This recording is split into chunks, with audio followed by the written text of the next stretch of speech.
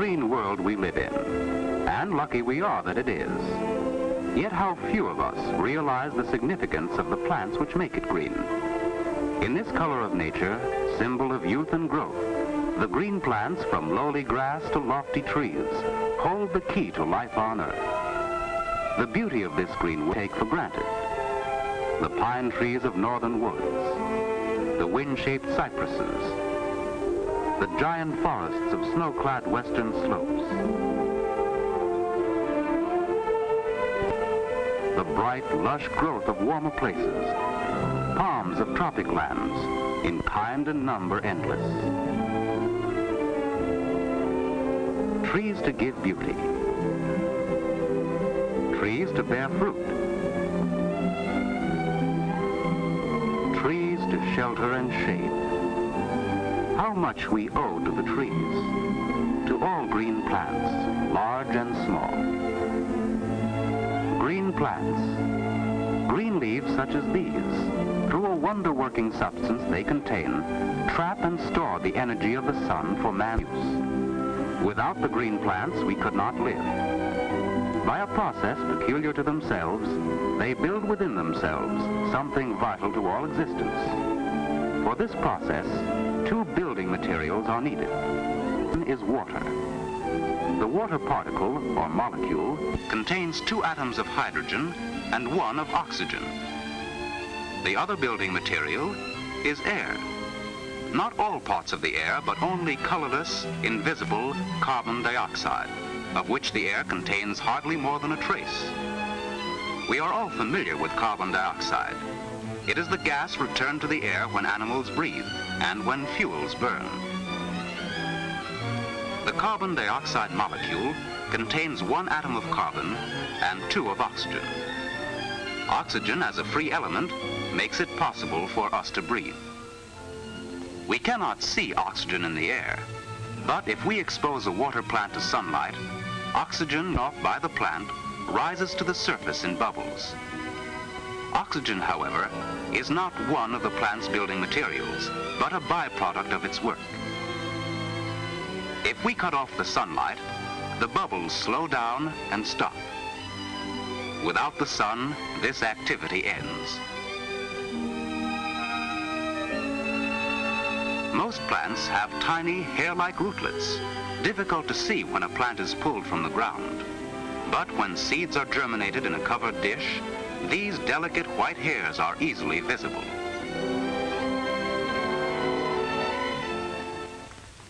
These root hairs, here greatly magnified, are important to the life of plants. Through them, water is drawn from the soil and into the root. Through the root and up the stem, the water passes into the veins of the green leaf. A greatly enlarged view of the leaf's underside reveals part of its intricate structure.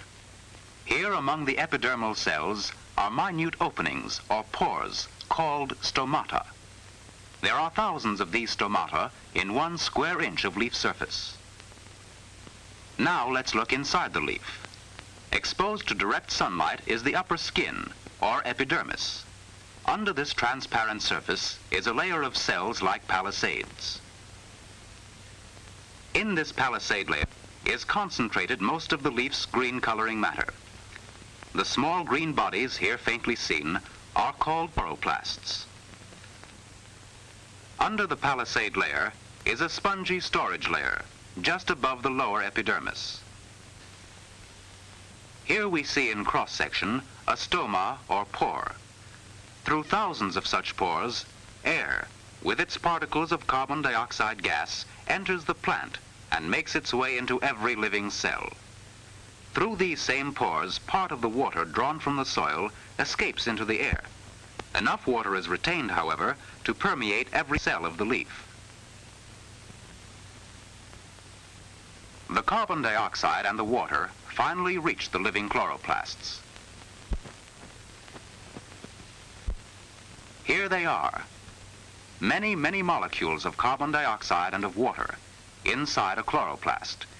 Here, too, is the key to an everyday wonder. It is called chlorophyll, and chlorophyll is what makes plants green. Chlorophyll has the power to trap the sunlight and harness its life-giving energy. Sunlight, air, water, and chlorophyll. With these, the plant's work is performed. The process is called photosynthesis, meaning putting together or building with the aid of light. More oxygen is produced by the process than is used by the plant.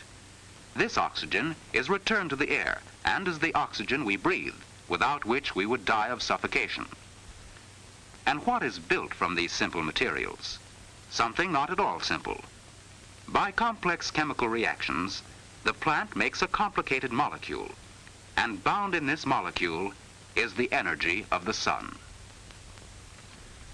This complex molecule, formed of simpler molecules joined together, represents a food, a direct source of energy for living things. It takes an infinite number of molecules precisely arranged to make just one crystal of this food, common sugar. This crystal is sucrose, though other sugars, glucose and fructose, were probably made first in the plant. What happens to the sugars which the green plants make? The sun's energy contained in this food is required first of all for the plant's growth, for the formation of new parts. The growth of a fern, the opening of flowers, processes covering days in nature, demonstrate the energy plants derive from the food they make.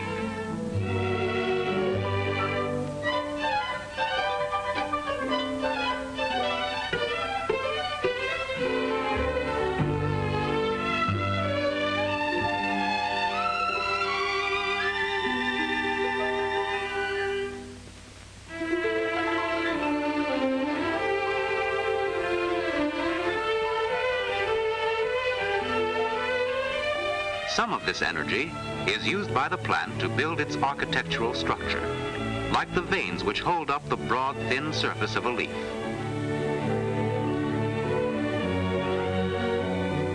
The woody trunk of a tree supports the crown of leaves and branches. Some of the plant sugar is converted into starch, cellulose, and lignin. Many vegetables store converted sugar as starch, chemically a close relative of sugar. In some plants, sugar, after undergoing chemical changes, is stored as fats or oils. The coconut palm stores in its seed an oil used in foods, in soaps, and various other products. The edible fruit of the olive tree is rich in oil, and so is the avocado. The plant sugar combines with nitrogen, phosphorus, and other minerals from the soil to produce the important proteins. Peas and beans are excellent sources of plant proteins. Other combinations derived from sugar give man his vitamins. Not only the well-known leafy vegetables, but fruits are important natural sources of vitamins. By other transformations, plant sugar goes to form many useful drugs. From cinchona bark comes quinine. Among the other drugs which come from plants are digitalis, belladonna, and strychnine. And still other things may happen, for the plant is an able chemist. The color and fragrance of flowers are made in the plant from sugars.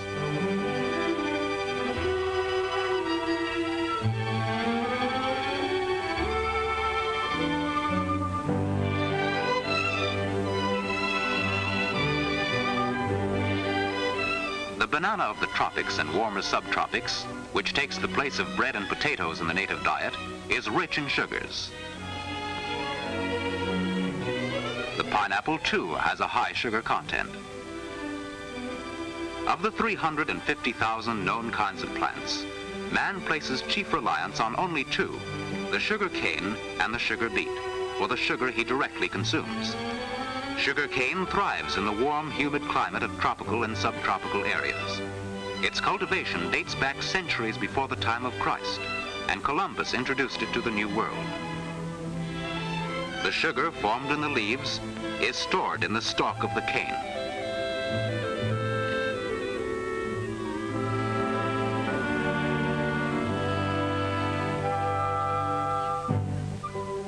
Sugar beets are grown in virtually all countries which have a temperate climate. In the beet, the sugar formed in the leaves is stored in the long white root.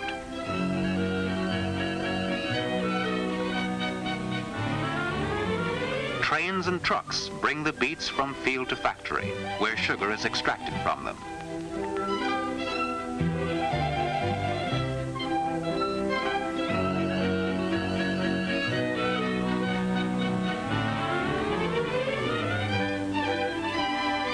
The food which the green plants make is their direct source of energy. It enables grasses to grow tall as trees, like the bamboos. In some countries, they attain a height of more than 100 feet. The strange saguaro, the giant cactus of the Arizona desert, in the place of leaves which give off water, has developed in its trunk organs to store water. Having no leaves, this adaptable plant makes its food in the tough skin. Like the saguaro, the smaller cacti grow sharp spines. These spines protect them from animals which would eat them for the moisture they store.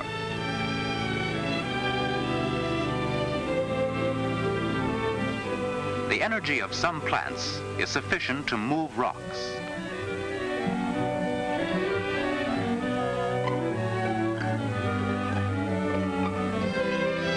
And this energy can be destructive to other plants.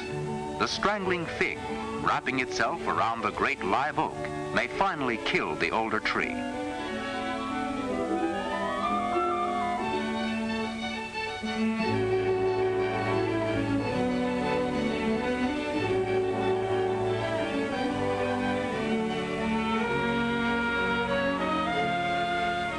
The wood of these great trees is derived from the sugars made in the leaves. This food, then, is a building material as well as a source of energy. It was a building material for the oldest and largest of living things, the giant sequoias of California, 4,000 years old and more, and 300 feet high.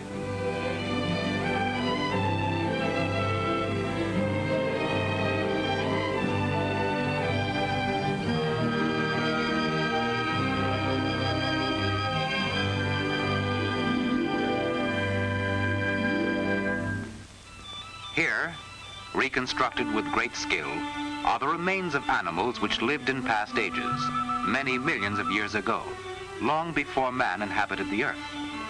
As animals live from plants today, these prehistoric monsters, too, derived their sustenance from plants. Then, as today, even the carnivorous animals, eating the flesh of other animals which lived on plants, in the last analysis, were dependent on the plants for their food.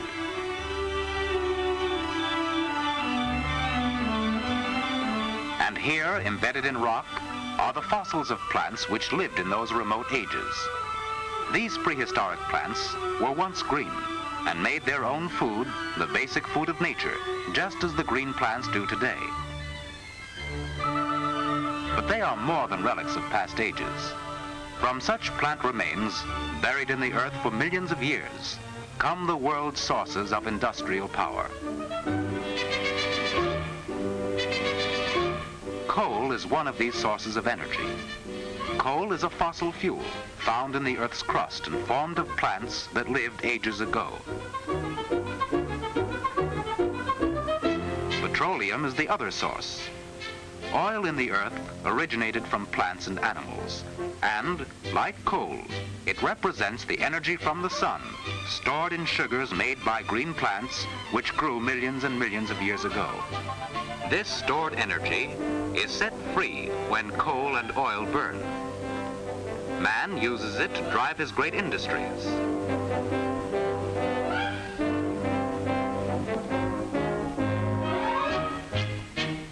To heat his buildings. To light his world at night. To power his locomotion by land.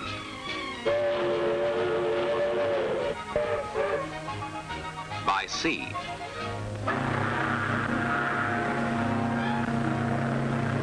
By air. All of this, the power of our complex age, we owe to the green plants. Green plants and what they do with water and air in the sunlight. Green leaves and the wonder worker in them, the sun-trapped chlorophyll. The sun's energy caught and fixed in a gleaming sugar crystal. Green plants gift to the living world.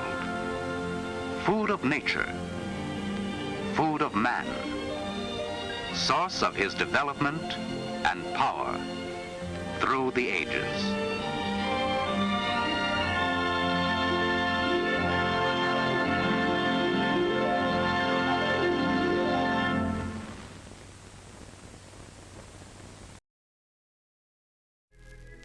You're watching Sleepcore. Pleasant dreams.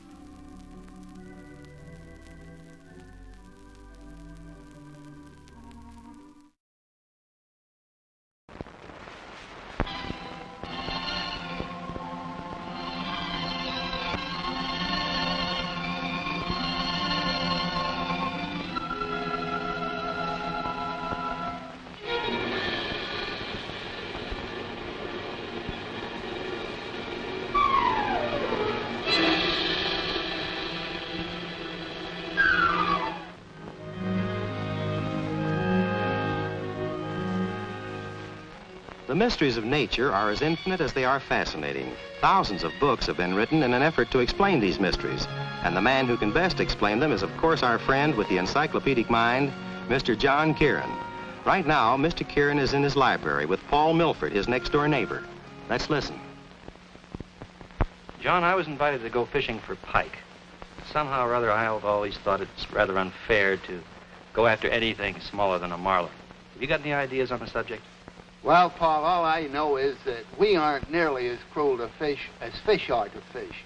And we don't catch nearly as many fish as fish do. Well, I've never looked at it that way, John. As a matter of fact, that very wise old gentleman, Benjamin Franklin, he turned vegetarian for a while, until he finally decided that if fish could eat fish, he could eat fish too. Well, I'm not one to disagree with Ben Franklin. Life underwater is a pretty savage affair, Paul. In fact, I think you might call it a fish-eat-fish existence. But you can also call this the most thrilling fish story you ever encountered. This is the story of the fish we call the pike, P-I-K-E. And we start in the springtime. These are the spring floods covering the landscape. We begin with a full-grown pike. In the spring, as Tennyson said, a livelier iris comes upon the burnished dove. In the spring, a young man's fancy lightly turns to thoughts of love. Well, the fish are in on that, too.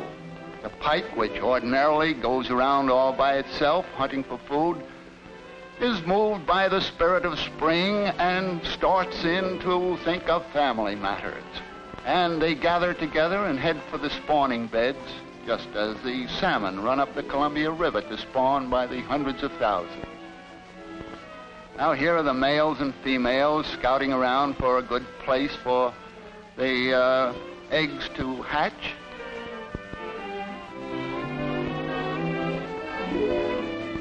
Now they're giving the spawning bed a going over, so to speak.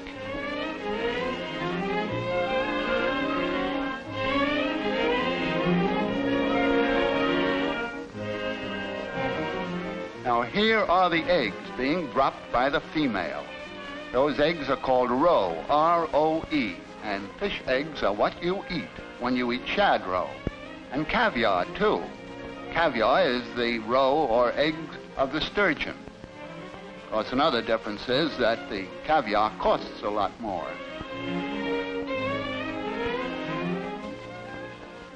Now, it seems that there are more than human beings that are fond of roe, because here you see the smaller fish of another species dining on the roe of the pike. That's the first hazard that the pikes have in their life cycle. Now, this is the male depositing the milt, M-I-L-T. That's the male element, the spermatozoa, that sinks down through the water and fertilizes the eggs.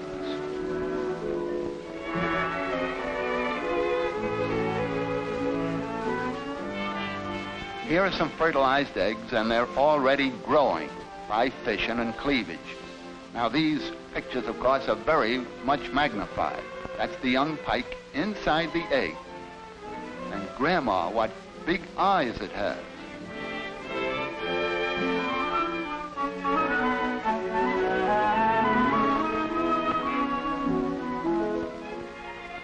Now here are the young pike just out of the egg, and as a matter of fact, they're carrying part of the egg with them, that swollen part there. That's the yolk sac, and that's the first food of the young pike. There you can see it's beginning to breathe.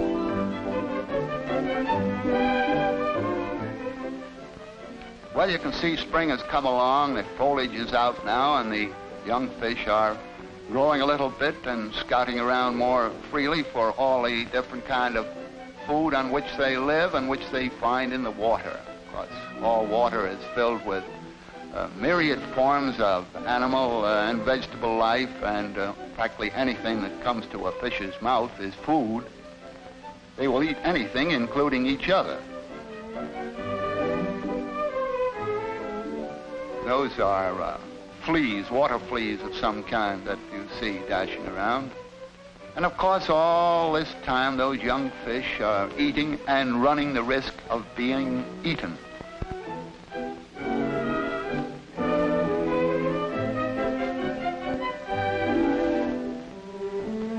That's the way it is underwater.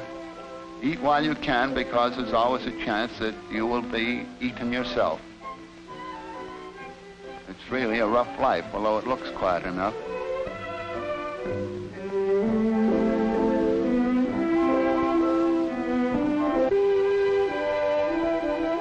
It's later in the season now, and you can see that fish has grown.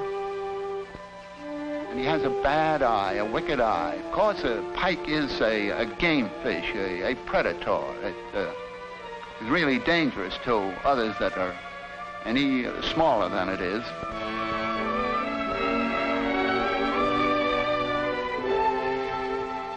Well, there's a chap that's just grabbed himself a good full meal. Now you can see the reason why other fishers rather hesitate to come near the pike. Look at that dental equipment.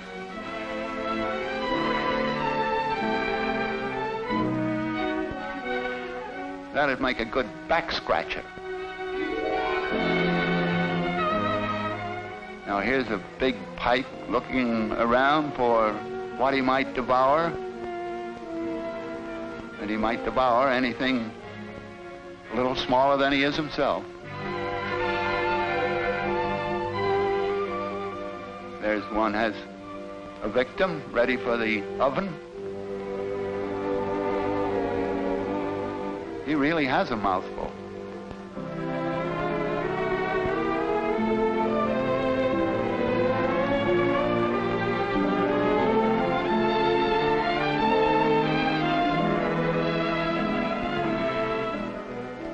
This is a very much magnified picture of the head of the nymph of a dragonfly, the form that lives underwater and later climbs above water and develops the wings that we see when it flies around. Now here are two of these dragonfly nymphs have grabbed a fish and they're feeding on it.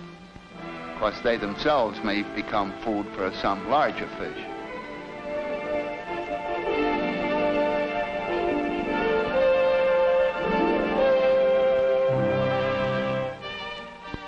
It's late in the season now. The fall has arrived, and the fish is pretty well grown.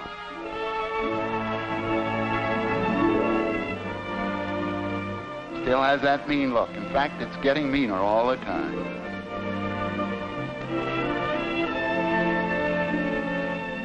He didn't seem hungry at first, but I think he's working up an appetite.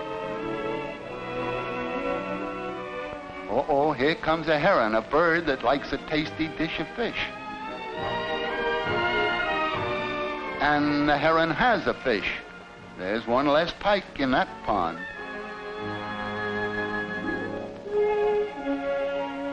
Well, there's a pike with a lean and hungry look like yon Cassius. Well, that other fish takes a hint and moves on. Now here's a big pike looking hungrily at a smaller pike. They eat one another.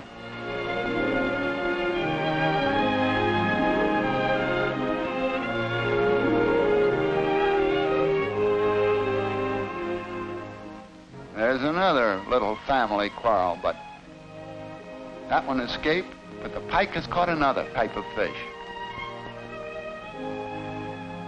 This time I think he has bitten off more than he can chew. Here comes a crayfish. Now, ordinarily, a crayfish wouldn't want to do any business with a pike of that size, but this pike has a bad case of indigestion at the moment, and Dr. Crayfish is coming along to relieve him by eating some of that food. That's a stickleback, not a handsome fish.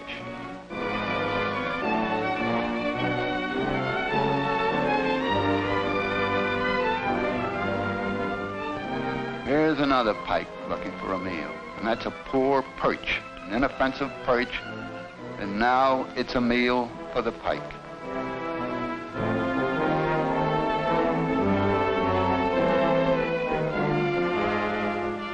Life can be cruel underwater.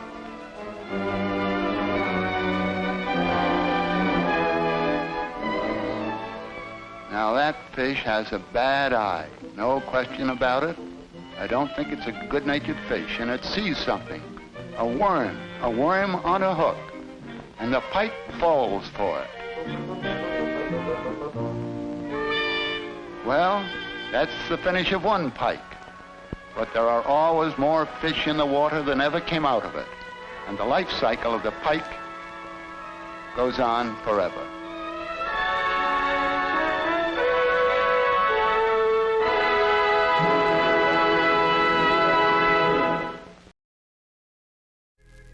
You're watching Sleepcore, media for insomnia.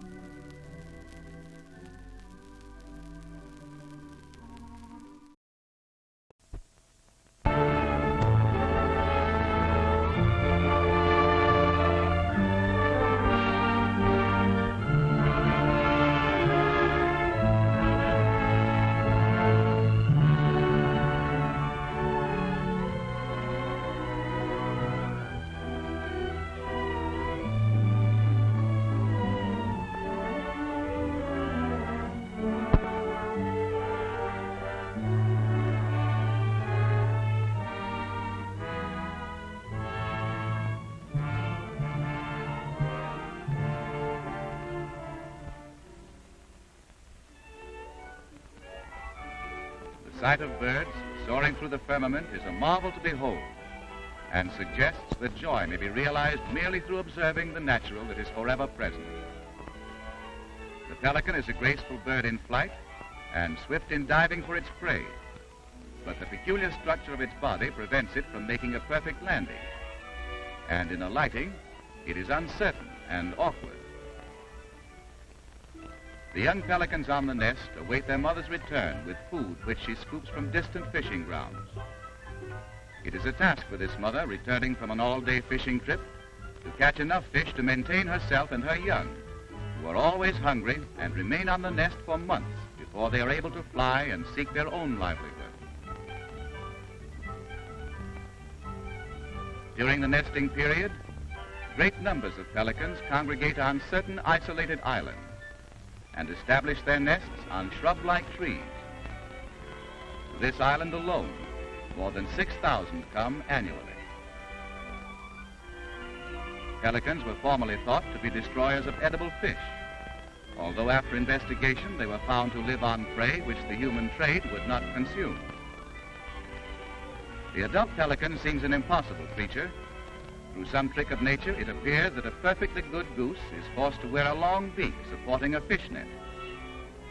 As these two half-grown, helpless young ones strike out at an intruder who threatens their sanctity, we are inclined to be amused at the futility of their defense, for they are as yet insecure of footing, and their beaks are too soft to inflict a wound.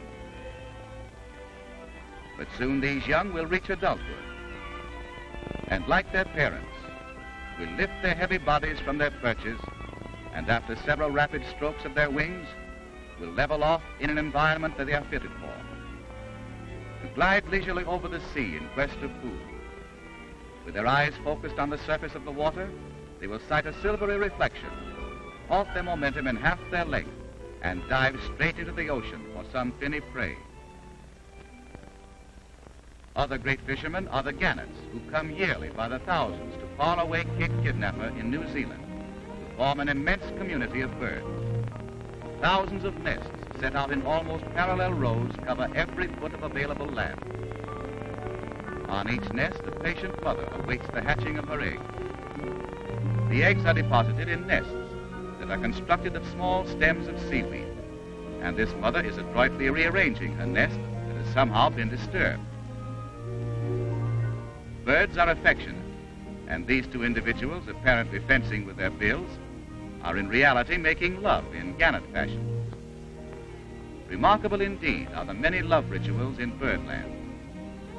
In due time, the eggs hatch, and the mother feeds her young by allowing it to insert its bill into her throat to obtain a fish that she has previously caught. Not satisfied with one meal, the youngster goes for another fish, until finally the store is exhausted. Leaving the city of Gannets, we travel 9,000 miles into the Bering Sea. Here, upon rocks and precipitous cliffs, small northern gulls are busily engaged in the universal desire to perpetuate their kind. These birds also prepare their nests of seaweed gathered from along the coast, and considerable skill is exercised in working this material into form on some narrow ledge. On completion of the nests, love-making is in vogue, and two graceful creatures court each other, or perhaps make arrangements to meet here again next year. Cormorants are characteristic figures on the northern rookeries. These birds are not particularly beautiful creatures, as they present themselves with much awkwardness on land as well as upon the wing, but they are masters in diving below the surface of the sea in pursuit of some fleeing fish. The black sleekness of the adult as it dries its feathers in the sun is altogether different from the newly hatched cormorants, who are naked little creatures that resemble young reptiles. It is indeed not out of place here to speak of the resemblance between bird and reptile, when it is considered that birds have evolved from a reptilian stock. Soon the young one approaches the size of the adult and awaits only the growth of wing feathers in order to fly. Some birds always attempt to establish their nests on high cliffs so as to render them inaccessible to animals that would readily destroy their brood. One of the most bizarre of these birds is the puffin or sea parrot, an unusual bird that spends the entire winter upon the open sea, and only when spring approaches does it point its beak towards some lonely island with a family in mind. Upon the sea, these birds are entirely black, but as the mating season approaches, both male and female develop a white facial mask. The skins of these birds were formerly used by the natives of the far north for the making of feather coats or parkas. Another beautiful bird that appears yearly in great numbers on the northern rookeries is the murre. These birds do not build a nest. Only one egg is laid on the bare rock in any suitable crevice. If nature allows them to be careless of their eggs, she is more exacting in their dress, for all are well groomed and appear like little men strutting around in full dress uniform. During the gold boom in California, a great colony of murres off Golden Gate supplied San Francisco with fresh eggs. Millions of eggs were stolen from this rookery and ultimately resulted in its total destruction. Today, murres are found in abundance only in the far north. Suddenly aroused from their peaceful pursuits, thousands of birds fly into space, giving the impression that an avalanche is falling away from the face of the cliff. Multitudes of birds fly about in great confusion. Their swiftly moving bodies blacken the sky, as if a great cloud was rapidly passing overhead. The present stronghold of the murres is on Walrus Island, a bleak rock with an area of less than 5 acres and situated in the Bering Sea. It is no exaggeration to estimate the number of inhabitants on this rock to be in excess of 3 million. Because of the island's remoteness and inaccessibility, this remaining rookery will always be free from the depredations of man, and forever a beautiful sight to behold. Murres are not particularly good flyers, as they spend most of their time on the water, where their wings serve them as flippers for diving beneath the surface of the sea. In this respect, they are similar to penguins, but unlike the latter, have not become so specialized as to have lost the power of flight. On approaching nearer this group of birds, they become frightened and confused and escape to the open sea. So great is their number and so poor their ability to rise, many Murres, in attempting to leave the island, pile up in what appears to be a rolling mass. Viewing these birds, one realizes that when man encroaches upon a sanctuary where he does not belong, he institutes only fear and trouble among the creatures living there. Multitudes of excited birds scramble to the safety of the sea, a sight that brings forth admiration as well as a profound appreciation of the fact that we have witnessed a phenomenon of nature, a winged pageantry. Oh, boys, I'm feeling so dreadful sorry. Nobody says to me, don't worry.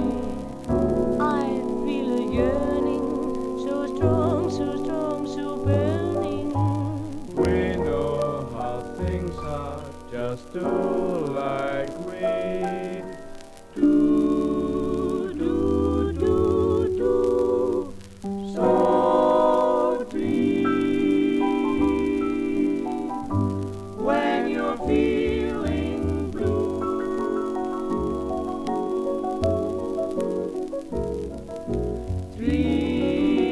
Dream, that's the thing to do.